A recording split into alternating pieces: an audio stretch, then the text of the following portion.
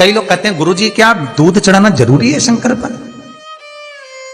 कई लोग कहते हैं गुरुजी क्या दही चढ़ाना जरूरी है शंकर पर? शहद चढ़ाना जरूरी है? घृत चढ़ाना जरूरी है? शक्कर चढ़ाना जरूरी है?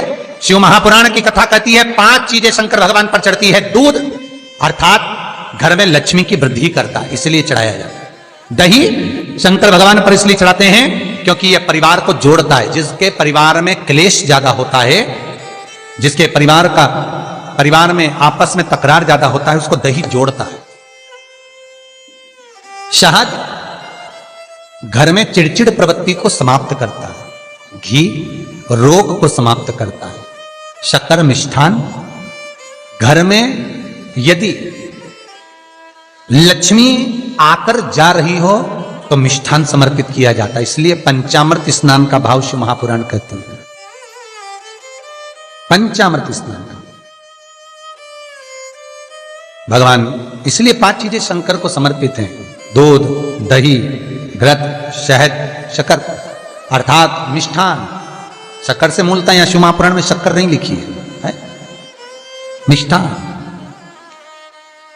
अब लोग शक्कर पीस कर अभिषेक करते हैं, परंतु मिष्ठान अर्थात गाय के दूध से निर्मित कोई मिठाई, और उस मिठाई से भगवान शंकर का अभिषेक। अब लोग भले शक्कर रखने लगे शंकर जी के अभिषेक में, पर यहां शक्कर नहीं लिखा है, यहां मिष्ठान।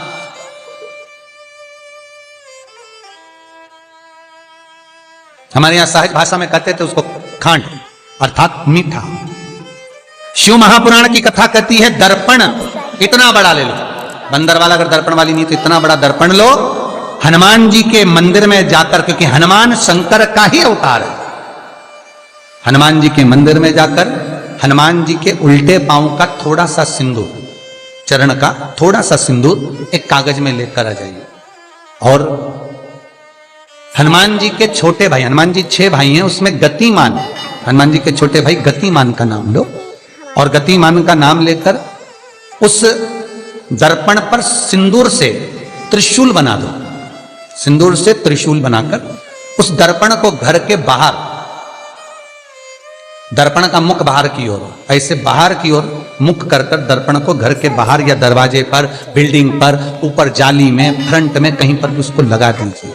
महाराज केवल शंकर का स्मरण कर कर, गतिमान का नाम लेकर, हनुमान के उल्टे पांव का सिंदूर का त्रिशूल बनाकर जो दर्पण को लगा देता है, आपको 1 महीने के अंदर अंतर मालूम पड़ जाएगा कि पिछले जो महीने निकले हैं उस महीने का अंदाजा लगाना कि घर में लोग कितने बीमार पड़ते थे, और इस दर्पण को लगाने के बाद बीमारी कम हुई कि नहीं हो कम तो ठंडा कर देना, क्या जा रहा है, पर करके जरूर देखना। विश्वास रखकर करोगे, भगवान शिव का अनुमोदन कर कर, भगवान शंकर पर विश्वास रखकर करोगे तो बीमारी घेर नहीं सकती।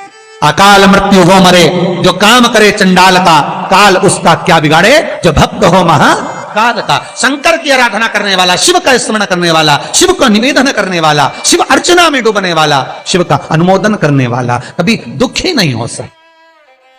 तो शिव महापुराण की कथा कहती है शंकर को जितना जल प्रिय नहीं, शंकर को जितना बेल प्रिय नहीं, शंकर को जितना शमी प्रिय नहीं, शंकर को जितना दूध दही प्रिय नहीं, शंकर को अगर कुछ प्रिय है तो सत्य प्रिय है। सत्यम शिवम सुंदर। इसीलिए हमारे यहां शास्त्र कहता है, ब्रह्मा जी केतकी के फूल को लेकर आए, उसने झूठ बोला। ब्रह्मा जी गाय को लेकर आए, शंकर भगवान के सम्मुख में झूठ बोला। ब्रह्मा स्वयं झूठ बोले तो सिर कटा, कर्मनाशा नदी प्रकट हुई। और शिव महापुराण की कथा कहती है शंकर को सत्य प्रिय है, अगर झूठ बोला है। इसीलिए शिव महापुराण का स्पष्टीकरण किया जाए, वर्णन किया जाए, तो पहले के समय में अदालत नहीं होती थी, पहले के समय में पंचायत नहीं हो सकती थी, पहले के समय में कोई सभाएं नहीं होती थी, पहले के समय में कोई निर्णायक मंडल नहीं होता था, पहले के समय में केवल एक निर्णय होता था। गांव के लोग ले जाकर शंकर के मंदिर में खड़ा कर देते थे और कहते थे उठा गंगा जली, और कहते तूने ऐसा नहीं किया। गंगा जली उठाकर कह दे कि तूने ऐसा नहीं करा। क्यों गंगा जली उठवाते थे? क्योंकि लोगों ने शिव महापुराण सुन रखी थी। शिव महापुराण में श्री वेद व्यास जी वर्णन करते हैं कि शंकर के मंदिर में, शंकर के ओतले पर, शंकर के मंदिर के अंदर, शिव की चौखट पर, शंकर के अनुमोदन में शिव महापुराण के अंतर्गत शंकर के अनुमोदन में शिव मंदिर में शिव चौखट पर अगर कोई भूल से भी झूठ बोल देता है तो उसकी जिंदगी नरक जैसी निकलती है महाराज। इसीलिए कहते तो उठा गंगा जली और कह दे तूने ऐसा नहीं, उठा बोल दे। आपके भी जीवन में अगर किसी को कष्ट है, फिर निवेदन करूंगा, मंदिर में अगरबत्ती भले मत लगाओ, मंदिर में दीप भले मत जलाओ, मंदिर में पेड़ा भले मत चढ़ाओ। अगर आपके मोहल्ले में, आपके पड़ोस में, आपके परिवार में, आपके नजदीक में अगर कोई दुखी है, कष्ट में है, उसको यदि प्रेम की वाणी भी बोल ली है, एक रोटी भी प्रेम की खिला दी, किसी के चेहरे पर इस्माइल ला दी, तो मंदिर में दिया जलाने के बराबर है साहब। मंदिर में दीप जलाने के लिए सब्सक्राइब करें हमारा चैनल। बेलपत्र भगवान माता पार्वती के अश्रु से है, रुद्राक्ष भगवान शंकर के अश्रु से है, शमी पत्र उमा और महेश्वर भगवान शंकर के विग्रह के सुख से जो जल प्रकट हुआ है, उस जल से शमी की उत्पत्ति है महाराज। दोनों के मिलन से, दोनों के मिलन से। सब्सक्राइब करें। जैसे एक मुखी से लेकर 14 मुखी तक रुद्राक्ष होते हैं, आपको पहले भी कथा में कहा, एक मुखी से लेकर 14 मुखी तक रुद्राक्ष होते हैं। सभी रुद्राक्ष का अपना अपना एक मंत्र होता है, अपनी अपनी एक साधना होती है जिसके अनुसार रुद्राक्ष काम करता है। एक मुखी रुद्राक्ष लक्ष्मी की वृद्धि के लिए होता है। कभी मौका मिले तो एक मुखी रुद्राक्ष का दर्शन करना। पर एक मुखी रुद्राक्ष जितना छोटे से छोटा होता है, जितना छोटे से छोटा होता है, उतना सुख दे।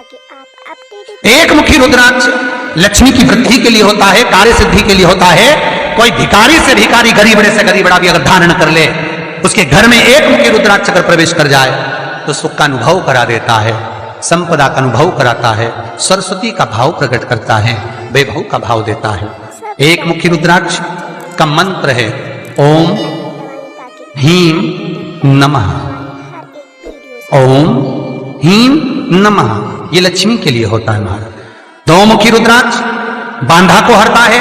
कोई तकलीफ आ रही है, कोई प्रशासनिक कार्य है, कोई काम नहीं हो रहा, फाइल आगे नहीं बढ़ रही, बहुत तकलीफ आ रही है, तो दो मुखी रुद्राक्ष जो व्यक्ति धारण करता है उसका कार्य सफल होता है। दो मुखी रुद्राक्ष का मंत्र है ओम नमः। दो मुखी रुद्राक्ष का शिव महापुराण में जो मंत्र दिया है ओम नमः। विदेश्वर संहिता के अंतर्गत शिव महापुराण में रुद्राक्ष के 14 मुखी रुद्राक्ष के मंत्र दिए हुए हैं। आप शिव महापुराण नहीं पढ़ सकते तो मंत्र लिख लें। दो मुखी रुद्राक्ष का मंत्र है ओम नमः। तीन मुखी रुद्राक्ष विद्या प्राप्ति के लिए होता है। कैसा भी अनपढ़ से अनपढ़ व्यक्ति हो, जिसको विद्या में रुचि ना हो, पढ़ ही नहीं पा रहा हो, चित्त वृत्ति ही ना लग रही हो, मन ही ना लग रहा हो, परसेंट कम से कम होते जा रहे हो, तीन मुखी रुद्राक्ष उस बच्चे के गले में लाल धागे में डाल दीजिए। नहीं डाल सकते तो बच्चे के कमरे में जहां वो पढ़ता है, विद्याध्ययन करता है, उसके कमरे में लगा दीजिए। तीन मुखी रुद्राक्ष का मंत्र है ओम श्री शिवाय नमस्तुभ्यं, श्री शिवाय नमस्तुभ्यं, श्री शिवाय नमस्तुभ्यं।